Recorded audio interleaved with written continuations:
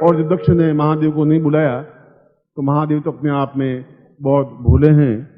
मोक्ष खटवांगम पसुजम बसमफणिना कपालम चेती, शमशान में बैठे रहते हैं, कहीं कोई कमाने की चिंता नहीं है, न नौकरी करते हैं न व्यापार करते हैं, कुछ करते ही नहीं, ड्यूटी पर नहीं जाते, कपड़े की दुकान खोलते ही नहीं, जब बैठो सांप वाम लटकाए हुए बैठे हैं बस मस्ती के साथ में। और उसके बाद भी जगदम्बा लक्ष्मी का जो अवतार है उनके घर में है, धन धान्य की कमी है ही नहीं, निश्चिंत है। निश्चिंत हैं तो इसलिए देवता नहीं कहलाए, वो महादेव कहलाए। उनमें वो साधना की भगवान महादेव ने भी की, ब्रह्मा ने भी की, विष्णु ने भी की, रुद्र ने भी की, इंद्र ने भी की। साधना केवल आप ही नहीं कर रहे हैं। बिना साधना को सफलता नहीं प्राप्त हो सकती, मगर साधना में सफलता तब प्राप्त हो सकती है जब आपकी कमजोरी, आपकी दुर्बलता, आपका भय, आपकी चिंता, आपका तनाव दूर हो। और तनाव आपका मेरे कहने से दूर नहीं हो पाएगा। मैं यहां से बोल के चला जाऊंगा कि आप तनाव मिट गया, ऐसे नहीं मिट सकता। नहीं तो अब आपको कोई तकलीफ नहीं आएगी, उसे तकलीफ नहीं मिट सकती। मैं कह रहा हूं वास्तविकता यह है, आप जो ही घर में जाएंगे तनाव, तकलीफ, बाधाएं, अड़चने, कठिनाइयां जो हैं वो ज्यों के त्यों आपके मुंह के सामने खड़ी होंगी। उनसे निस्तार पाएंगे, उनसे छुटकारा पाएंगे तो साधना जान ले पाएंगे, बैठ पाएंगे। तो गुरु की ड्यूटी है, गुरु का धर्म है कि पहले उन साधनाओं को प्राप्त करने के लिए उसको निर्भय बना दिया जाए, निश्चित बना दिया जाए। जो कमजोर उनके जीवन के क्षण है, जो मन में कमजोरी है, जो दुर्बलता है, उसको दूर कर दिया जाए। और विध्वंसक बनकर के, क्रोध में उन्मत्त होकर के वहां दक्ष के यज्ञ में गए, अपने सुसु के यज्ञ में गए, जहां ब्राह्मण, ऋषि, मुनि, योगी, यति, सन्यासी आहुतियां दिलवा रहे थे, वेद मंत्र बोल रहे थे। एक लात मारी और उस यज्ञ को विध्वंस कर दिया, उस वेदी को तोड़ दिया, अग्नि को बुझा दिया। और क्योंकि उससे पहले सती ने सोचा कि जहां मेरे पति को ही नहीं बुलाया गया, सब देवताओं को बुला दिया, मेरे पति को बुलाया नहीं, इससे बड़ा अपमान और क्या हो सकता है। वह खुद उस यज्ञ कुंड में कूद गई। कूद अधमरी हुई तो लोगों को जला दिया, आधी जली तो बाहर निकाल दिया। और जो पत्नी की रक्षा नहीं कर सके वो पति हुआ ही क्या, उसकी मर्यादा का पालन कर सके नहीं कर सके, वह कैसा पति होगा, वह किसके भरोसे जिंदा रहेगी वो। और भगवान शिव, भगवान तो वह होता है जिसमें ज्ञान हो। भगवान अपने आप में कोई अजूबा नहीं है कि बस जो नई चीज पैदा हुआ वो भगवान है। भगवान तो आप सब हैं, ये शंकराचार्य स्पष्ट कर चुके हैं।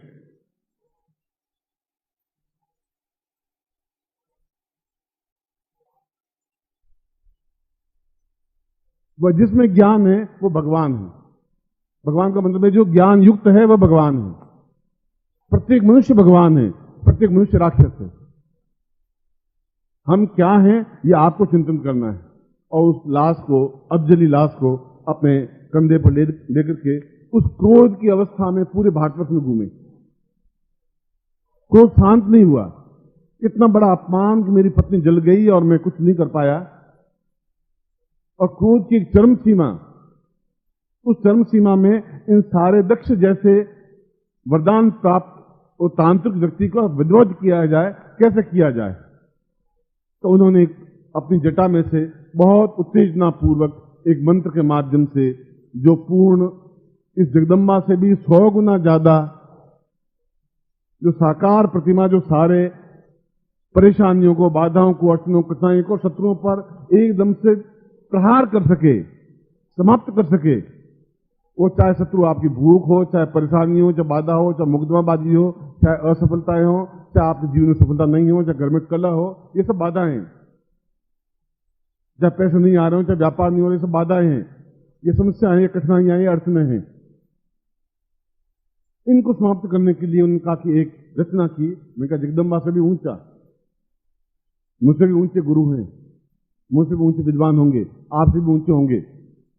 मैं जगदम्बा का इस बात को कहकर के न्यूनता नहीं दिखा रहा हूं, मगर उन्होंने उस जटा में से, जटा कैसी कि भागीरथ ने जब गंगा का प्रवाह किया और उस जटा के अंदर उसने भगवान शिव ने लिया, तो 1.5 साल तक उस जटा में गंगा घूमती रही, बाहर निकलने का रास्ता ही नहीं मिला, इतनी गंदी जटा।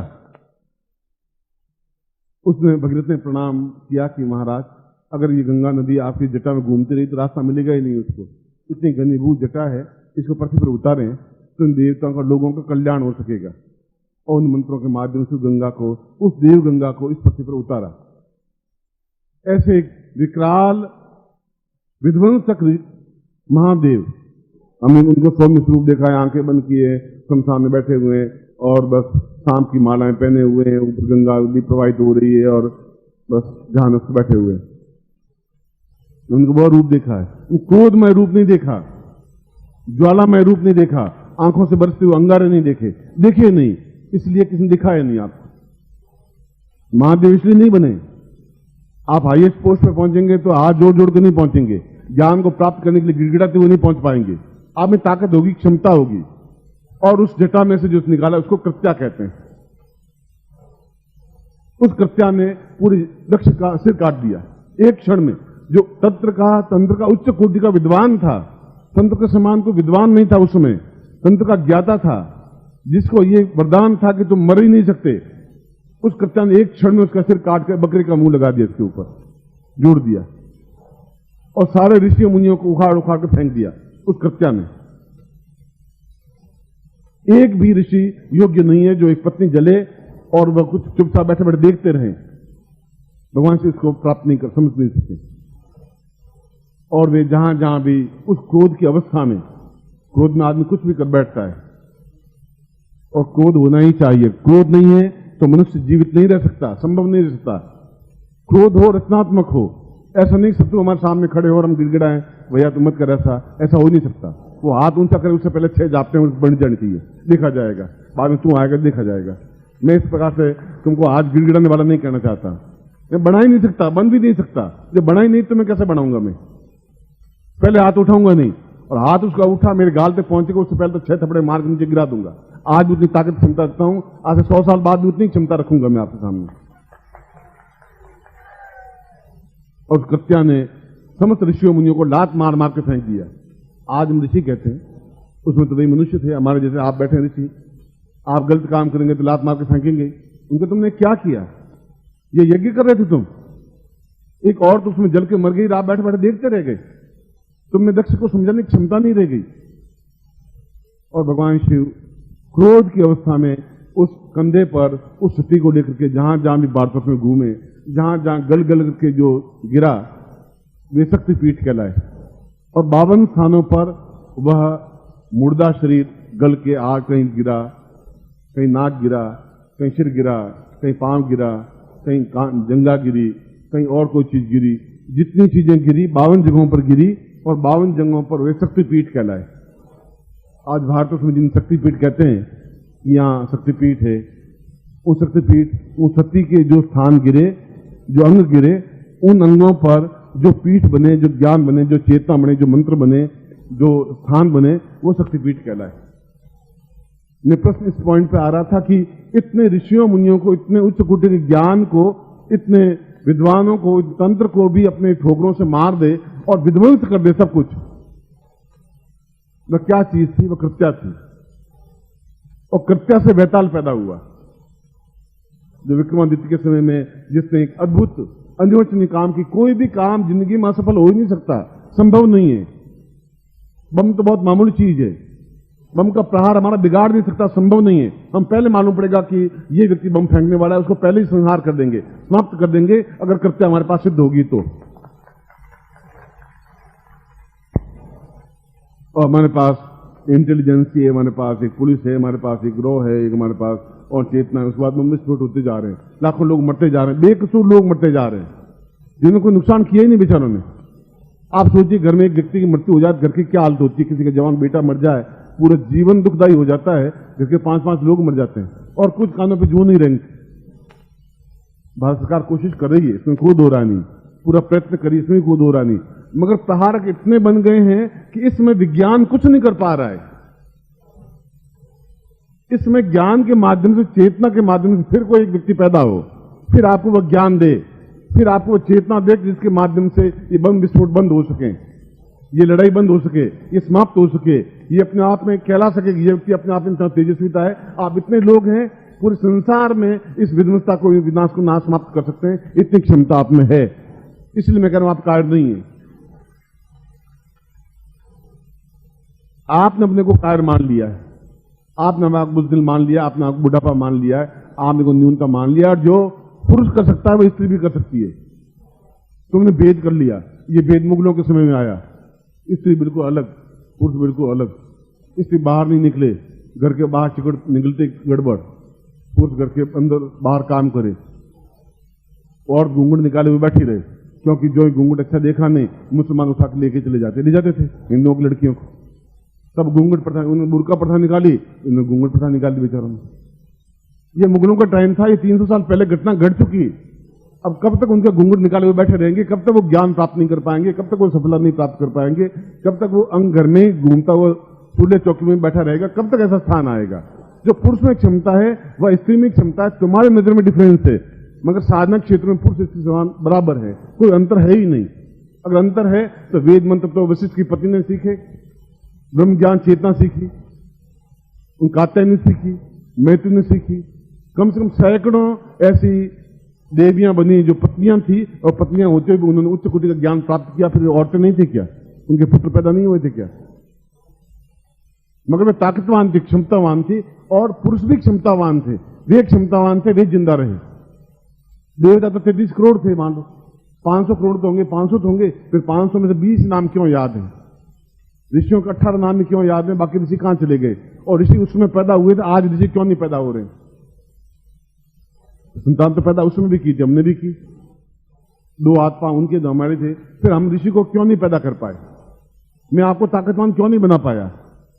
आप एकदम से गाजियाबाद में बम विस्फोट और आप बैठे बैठे अखबार पढ़ करके रख दिया, क्यों 1.5 रुपए का अखबार, मन में कुछ हलचल भी नहीं मची, तूफान नहीं पैदा हुआ, ये में कितने लोग मर गए होंगे? कारण आग नहीं पैदा हुई, जलन नहीं पैदा हुई, इसलिए कि आप अपने आप को काय बुद्धल बुढ़ापा समझ लिया। हम क्या करते हैं, हमारी ड्यूटी थोड़ी है, हमारी ड्यूटी है, इस समय आपकी ड्यूटी है कि इस देश में एक भी बम नहीं फटे, एक भी गोली नहीं चले, एक भी लड़ाई झगड़ा नहीं हो, ये आपकी ड्यूटी है, केवल आपकी ड्यूटी है। बोल गुरुदेव की, बोल गुरुदेव की। और कृष्ण गीता नहीं कहता, यदा यदा हि धर्मस्य ग्लानिर्भवति भारत अभ्युत्थानमधर्मस्य तदात्मानं सृजाम्यहम्। जब जब भी धर्म की हानि होगी, या धर्म का मतलब है जहां जहां भी आदमी अपने चिंतन को भूल जाएगा, अभ्युत्थानमधर्मस्य, तब जब भारत की हानि होने लगेगी, भारत के टुकड़े होने की स्थिति बन जाएगी, आर्यावर्त के टुकड़े होने की नौबत आ जाएगी, तब एक व्यक्ति पैदा होगा जो अपने शिष्यों को अपनी ज्ञान चेतना देगा, उनको एहसास करवाएगा कि तुम बुढ़े नहीं हो, तुम्हें ताकत है, तुम्हें क्षमता है, मगर वो ज्ञान नहीं है। कच्चा पैदा करने की चीज क्षमता नहीं है। एक कच्चा जब पूरे यक्ष को विध्वंस कर सकती है, लाखों ऋषियों को धकेल सकती है ऊंचा उठा करके, वीर बेताल जैसे व्यक्ति को पैदा कर सकती है, बेताल जो अपने आप में पूरे पहाड़ को उठा के दूसरी जगह रख सकती है, जो कच्चा के माध्यम से रावण अपने आप को सोने की लंका बना सकता है। आप तो 5 रुपए चांदी के नहीं इकट्ठे कर सकते। आप घर में गिने तो उस सिक्के के तो पैसे हैं आपके पास ज्यादा से ज्यादा, कागज के तो हैं, एल्यूमिनियम के हैं, पर चांदी के सिक्के 100 या 25 या 50 होंगे तो मुश्किल से होंगे। आपके पास तो वो भी नहीं है। क्या क्षमता है, क्या ताकत है जो सोने की लंका बना सका, हम क्यों नहीं बना पा रहे हैं? क्या हमें न्यूनता क्या है? न्यूनता यह है कि आपने एक सबसे बड़ी अक्रमण्यता आ गई है, न्यूनता आ गई है कि हम कुछ नहीं कर सकते, ये हमारी ड्यूटी नहीं, काम है ही नहीं हमारा। और मैं कह रहा हूं कि कृष्ण कह रहा है कि जब जब भी ऐसी हानि होने लग जाए, तब हमारी ड्यूटी है कि हम खड़े हों, ताकत के साथ खड़े हो सकें, और खड़े होकर के बता सकें तुम्हारा विज्ञान जहां फैल हो रहा है, हम ज्ञान को माध्यम से इसको बंद कर रहे हैं और वापस शांति पैदा कर रहे हैं। ये हमारा धर्म है, ये हमारा कर्तव्य है। ऐसा धर्म बना तब कृष्ण पैदा हुआ, ऐसा धर्म बना तब बुद्ध पैदा हुआ, ऐसा अत्याचार बढ़ा तब सुकरात पैदा हुआ, तब ईसा मसीह पैदा हुआ। सब देशों में पैदा हुए, कोई भारतवर्ष की बात नहीं है। सब देशों में ऐसी महान पुरुष पैदा हुए जिन्होंने ज्ञान की, अपने शिष्यों को ज्ञान की चेतना दी, वह दी जो श्रेष्ठ है। ये कृत्य अपने आप में इतनी, बगलामुखी तो छोटी चीज है, धूमावती बहुत छोटी चीज है, 10 महाविद्यालय अपने आप में कृत्य के सामने कुछ है ही नहीं। एकदम धूर्जटा की तरह कि सामने पूरे यहां बैठे बैठे शत्रु को नष्ट कर दे, समाप्त कर दे, एकदम ताकत ही नहीं रखे, हिम्मत ही नहीं है उसको कि हाथ में बम बनाने की, सूती बना के बम बना के विस्फोट कर दे, क्षमता ही नहीं बना से, पंगु बना दे। वो आज के युग की जरूरत है, आज के युग की नोट की भी जरूरत है, मगर बेटों की भी जरूरत है, रोटी की भी जरूरत है, पानी की भी जरूरत है, मगर उससे पहले जो सफर कर रहे हैं उनको आप मार देते हैं। सदर बाजार में उन बेचारे दुकानदार ने कुछ किया नहीं, उनकी दुकानें उड़ा दी गई। आप कल्पना करिए कि उनके परिवार वालों की क्या हालत हुई होगी। कभी दुख दर्द हुआ, कभी आंसू में आंसू आए हमारे, और हमारे नहीं आएंगे फिर किसके आएंगे? अगर मेरे दर्द नहीं होगा तो मैं आपको दर्द दूंगा कहां से? दर्द पैदा होना चाहिए और इसको मिटाना पड़ेगा। बंदूक की गोलियों विज्ञान नहीं मिटा सकता। आप देख लिया, ये बहुत अंत आ गया विज्ञान का। और ये प्रत्येक के पास में ये ताकत होनी चाहिए, एक एक शिष्य के पास भी ताकत होनी चाहिए। केवल 2 शिष्य तैयार होंगे, 5 उससे नहीं हो पाएगा। एक एक लड़का, एक एक महिला, एक एक स्त्री इस ज्ञान को प्राप्त करना जरूरी है कि वह उस साधना को सिद्ध करे कि जिसके माध्यम से वह कृत्य पैदा कर सके। भगवान शिव पैदा कर सकते हैं, अगर विक्रमादित्य पैदा कर सकता है, फिर हम भी कर सकते हैं। ये कायाकल्प सांप जैसा एक मामूली सा जीव अगर सांप की कैंचली उतार के पूरा वापस ताकतवान बनता है, सांप 200 साल तक जिंदा रहता है, 300 साल जिंदा रहता है, 1000 साल तक सांप जिंदा रहता है। ये और बता देता हूं, 25-50 में बस मरता नहीं, आदमी मर जाता है, सांप नहीं मरता है। जब भी बुढ़ापा आता है, ऐसा दिखता कैंचुल बहुत हो गई, कमजोरी आ गई, उस कैंचुल को उतार के फेंक देता है। तो ज्ञान था, उसके पास रह गया। इसे नाग योनि बनाई गई। वानर योनि थी, गंधर्व योनि थी, तो नाग भी योनि थी। बाद में सांप को हमने एकदम मान लिया कि ये नाग है। नाग तो अपने आप में एक जाति थी जिनके पास ये विद्या थी। खैर वह कायाकल्प की विधि तो जब भी आप कहेंगे कि मैं वृद्ध हो गया हूं, मैं तो पहले आपको वृद्ध होना ही नहीं देना चाहता हूं। आप सफेद बालों वाला वृद्ध नहीं होता, ये और बता देता हूं। अगर सफेद चीज से कोई बुढ़ापा आता तो हिमालय आपसे पहले ज्यादा बुढ़ापा है, उसके ऊपर सफेद ही सफेद लगा हुआ है। वह तो बुढ़ा ही बुढ़ा बैठा है, वो तो बेचारा है ही ताकतवान। अगर उसके सिर पर सफेदी तो आपसे ज्यादा सफेदी है, और हिमालय आपसे ज्यादा कमजोर है, बुढ़ापा आया हुआ उसको। वो ताकत के साथ खड़ा हुआ है, अडिग खड़ा हुआ है। आप वृद्ध नहीं है, आप इन जवानों से ज्यादा ताकतवान है, क्षमतावान है। आप में हौसला हिम्मत है, वह हौसला हिम्मत वह चीज वापिस जिस कृत्य को भगवान शिव ने प्रकट किया, पैदा किया, जिस क्षमता के माध्यम से जितना अधर्म, जितनी अनीति, जितना दुष्प्रचार, जितनी दुष्टता, जितनी निम्नता, जितनी घटियापन, और ऋषियों को जितना अपना पे न्यूनता थी, वेद मंत्र उच्चारण कर रहे थे, एक और जल रही थी, वे स्वाहा बोल रहे थे, एक और जल रही थी। ये क्या चीज थी? और अगर उस समय क्रोध नहीं आएगा और क्रोध के माध्यम से एक आदमी ताकत नहीं आएगी, क्षमता नहीं आएगी, जूझेगा नहीं वह, तो फिर हम मर्द क्या बने? मतलब हम एक बहुत घटिया श्रेणी के व्यक्ति नहीं बनते। और गुरु अगर नहीं बना सका शिष्य को उस प्रकार से, तो गुरु को यहां बैठने का अधिकार नहीं है, फूलों का हार पहनने का अधिकार नहीं है उसको। बेकार है ये सब। और मैंने आज का प्रवचन आपको आज युग के लिए क्या जरूरी है मैंने वह दिया है प्रवचन, घिसा पिटा प्रवचन नहीं दिया है। मैं दे सकता था बगलामुखी क्या हो सकती है, कात्यायनी क्या हो सकती है, जगदम्बा क्या हो सकती है। मैंने कहा कि उसके 10 हाथ में 10 चीजें हैं, और 10 चीजों में एक भी फूल हाथ में नहीं है कि गुलाब का फूल फूंक करके शाहजहां की तरह बैठा, एक भी फूल तो नहीं है उसके हाथ में। तो शाहजहां एक भी बना हुआ नहीं है, तो मुमताज महल बनी हुई एक भी नहीं है। कहीं खड्ग है, चक्र है, कृपाण है, त्रिशुक है, अपने आप में एक ही और ताकतवान है, क्षमतावान है। और शुंभ और निशुंभ और महिषासुर और रक्त बीज को समाप्त कर दिया, एक और ने समाप्त कर दिया। इसलिए आज भी उसको पूजा जाता है। आपको पूजा जाएगा, यदि आप में साधना में होगी तो पूजा जाएगा, अंत आप भी मर के समाप्त हो जाएंगे, कोई पूजेगा नहीं, आपको याद नहीं करेगा, आपको साध से आप याद नहीं कर पाएंगे। इसलिए आप में क्षमता आनी चाहिए। इनके 10 हाथ हैं। 10 हाथ का मतलब 10 तरह की चीजें चलाने की क्षमता है। यदि आपके मन में यह है कि रावण के 20 हाथ थे, 10 सिर थे, ये रावण को 10 सिर थे, न कोई 20 भुजाएं थी, या एक कपूर कल्पना है। उनके पास इतनी ताकत थी, जो 20 भुजाओं में ताकत होती है उतनी ताकत थी। 10 दिमाग में जितनी बुद्धि होनी थी उतनी बुद्धि थी, उतनी साधनाएं थी उसके पास, उतना ज्ञान था कि वह अपने आप में एक पूरे चांदी के 50 रुपए या 20 रुपए नहीं, पूरे शहर को सोने का बना दिया। और उस जमाने में बनाया जिस जमाने में दशरथ अपने आप में कुछ कर नहीं पा रहा था। वही लड़ाई, वही झगड़े, वही बेटों को बाहर निकाल देना, वही मर जाना, और अपने बेटा अपने पिता की अंतिम संस्कार भी नहीं कर पाया, वही किडनैप होना, वही सीता को उठा के ले जाना। चीजें तो ये कि वो वहां भी थी, मगर विद्या उनके पास कोई थी। वह कृत्या प्रयोग आज तक किसी ने सच भी नहीं किया। इसलिए सच नहीं किया, ज्ञान ही नहीं था। नहीं ज्ञान होगा, लिखेगा कहां से, बताएगा कहां से? जब मेरे पास उर्दू नहीं आएगी तो मैं उर्दू आपको बोलूंगा कहां से? मुझे मराठी नहीं आती, मराठी बोलूँ कहाँ से? अगर मुझे ज्ञान है कि कृत्या सिद्ध कैसे हो सकती है, तो फिर मैं आपको इन कात्यायनी छोटी मोटी चीजों को नहीं दूंगा तो बहुत बड़ा कि जहां बैठे बैठे भी आपको एकदम समाप्त कर सकें और एक देश में वापस एक एहसास करा सकें कि गुरु के कोई शिष्य हैं जो बैठे बैठे वो चीज प्रदान कर सकते हैं। ऐसा शिष्य आपको बनाना चाहता हूं, वह चीज मेरी क्षमता है। और आज इस दूसरे दिन मेरा थोड़ा प्रवचन क्रोधमय हो गया और मैंने कहा कि क्रोध नहीं करता है उससे घटिया कोई आदमी नहीं होता, सबसे मरा हुआ जीव होता है जिसको क्रोध आता ही नहीं। और हमारा देश बर्बाद इसलिए हो गया कि अहिंसाम परमो धर्म, बस कोई थप्पड़ मारे तो 2-4 थप्पड़ और खा लीजिए। मैं कह रहा हूं थप्पड़ मारने हाथ उठे उससे पहले 40 थप्पड़ मार दीजिए। मैं तो आपको ये कह रहा हूं, काहे लिए थप्पड़ खाएं? जो पहले लात मारता है वो जीतता है, हमेशा ध्यान रखिए।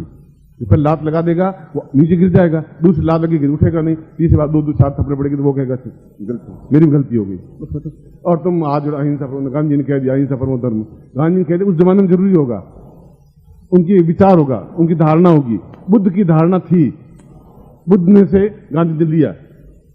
उस जमाने में बुद्ध ने जो कुछ कहा होगा सत्य कहा होगा, वो उस जमाने में वो था। आज के जमाने में वो चीज नहीं है। उस दिन बम विस्फोट नहीं हो रहे थे, उसमें गोलियां नहीं चल रही थी, उसमें एक राइफलें उस समय नहीं थी। और आप पूछे हम क्यों नहीं करें, हम क्यों करें? तो मैं कह रहा हूं कौन करेगा? फिर कौन सी चीज करेगी? जब आपको मैं ज्ञान नहीं दे पाऊंगा, आप नहीं कर पाएंगे, आप इस देश का, इस आर्यावर्त को, इस भारत को तैयार नहीं कर पाएंगे, इसको जीवित जागृत नहीं कर पाएंगे, लोग इसके ऊपर आक्रमण करते रहेंगे, आप चुपचाप देखते रहेंगे, तो कौन आएगा? कहां से आएगा? फिर शिष्य बनने का, मनुष्य बनने का धर्म क्या रह पाएगा? धर्म हमारा है क्योंकि हम जीवन में अभावग्रस्त नहीं होना चाहते, हम दरिद्र नहीं रहना चाहते, हम जीवन में तकलीफ नहीं देखना चाहते, हम दुखी नहीं होना चाहते, हम घर में लड़ाई झगड़ा नहीं चाहते, हम जीवन में कार बुजदिल नहीं होना चाहते, हम बुढ़ापा नहीं चाहते। नहीं चाहते तो नहीं होगा, नहीं तब हो पाएगा जब ऐसी साधना सिद्ध कर सकेंगे कि जो आपके ताकत और विकराल रूप को देख करके मौत थर्रा करके उस गेट के बाहर खड़ी रहे, अंदर आने की हिम्मत नहीं कर सके, तब वो चीज हो पाएगी। आप पास आके बैठ जाए तो आदमी मर्द क्या हुए आप? ऐसी साधना को जो भगवान शिव ने अपने आप में उच्च कोटि की एक साधना जहां कृत्या प्रकट की, उस कृत्या को सिद्ध किया विक्रमादित्य ने, बीच में कर ही नहीं पाए कोई। तो इतनी तेज, या तो ज्ञान लुप्त हो गया, ज्ञान रहा नहीं, तो ऋषि मुनि समाप्त हो गए। कई ने, भगवान शिव ने उनको समाप्त कर दिया त्रिशूल से, कुछ अपने आप मर गए, कुछ को ज्ञान रहा नहीं, और कुछ ऋषि ऐसे हो गए जो अपने शिष्यों को दे नहीं पाए। तो पहले मुंह से देते थे ज्ञान, किताबों में होता ही नहीं था। आज मैंने आपको 8 किताबें दी, फिर ज्ञान आज नहीं तो आप जाएंगे 2 किताब लेंगे, 5 लेंगे, 10 लेंगे कि भाई चलो ये चीज कम से कम मेरे पास खाती रह पाएगी। उनके पास वो थी नहीं। और उस समय भी ऐसे भी गुरु थे जो मरते दम तक, बच्चे तुम्हें सिखाऊंगा तो जरूर, मरते दम तक सिखाऊंगा, जो लास्ट में तुम रहूंगा तब सिखाऊंगा ये चीज। अरे महाराज पहले सिखा दीजिए, जब मरोगे भगवान जाने कब समाप्त हो जाओगे आप, तो नहीं बच्चे। अब उनको लालच चाहिए, सेवा कौन करेगा? सिखा दिया चला जाएगा जी। और वो सोचता है साला सिखाता नहीं है, रोज लंगोट दुलवाता है, करता कुछ नहीं। अब दोनों आपस में द्वंद्व चल रहा है, वह उसको बोल नहीं पा रहा है, वो उसको बोल नहीं पा रहा है। और मरते समय कहता कि राम राम राम जपना बेटा, और गर्दन टेढ़ी, और वे राम नाम सत्य है, राम नाम सत्य है, आगे गया गत है। अब यहां तो गति तो हुई नहीं, आगे गया गत है, होगी गति नहीं होगी, स्वर्गवासी होंगे कि नहीं होंगे वो तो आपने देखा नहीं, बस आगे गया गत है, बस चलो यहां से जिंदा छोड़, आगे गए तो चल। मैं कहता हूं कोई गति वती होनी नहीं है, गति हम दूसरों की करेंगे, जो हमारा गड़बड़ करेंगे, जो हमारे घर में दरिद्रता लाएगा, जो कमजोरी लाएगा। कारखाने में कोई गोली बननी नहीं चाहिए जो आपके परिवार को कोई लग जाए, ऐसी गोली कारखाने में नहीं बननी चाहिए, लगेगी कहां से फिर वो। और मैं आपको ऐसा ही क्षमतावान बनाना चाहता हूं, मैं उसी विद्या को देना चाहता हूं जो 5000 वर्षों में जो समाप्त हो गई, उस ज्ञान को वापस देना चाहता हूं, उस कृत्या प्रयोग को आज वापस दूंगा नवरात्रि दिनों में। और मैं आपको आशीर्वाद देता हूं कि आप ऐसे ही तेजस्विता बने, सूर्य तो बहुत कम चमक वाला है, उस 1000 गुना चमक वाला बने, ऐसा मैं आपको प्रयोग करवाऊंगा। मैं आपको एक बार फिर आशीर्वाद देता हूं, कल्याण कामना करता हूं। 1 घंटे के लिए आपको छोड़ूंगा, 1 घंटे बाद वापस मैं आपके सामने उपस्थित। ओम परम तत्वाय नारायणाय गुरुभ्यो नमः।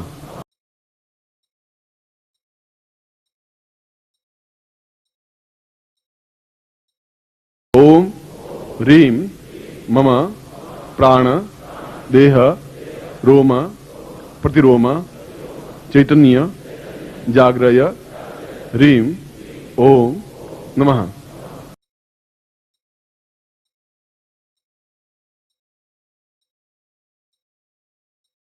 ओम भूर्भुवः स्वः तत्सवितुर्वरेण्यं भर्गो देवस्य धीमहि धियो यो नः प्रचोदयात्।